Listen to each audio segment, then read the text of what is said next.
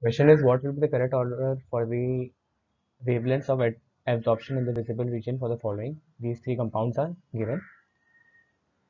So the order of absorption of wavelength will be decided from the order of the CFSE values. The CFSE values increases in the order of this. Okay, so why have I written the order like this? We all know for the CFSE values, one of the major factors is that how strong the ligand is.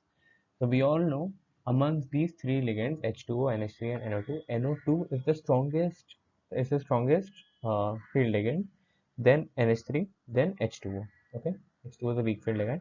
So it will be in the order of this CFSE values for the compounds will be. So now the order of wavelengths of absorption in the visible region will be opposite to that the value of the CFSE, because as we all know, what is energy? Energy is basically given by hc by lambda, right? So it can be easily seen here that energy is inversely proportional to wavelength. So as you can see here, the energy is in this order.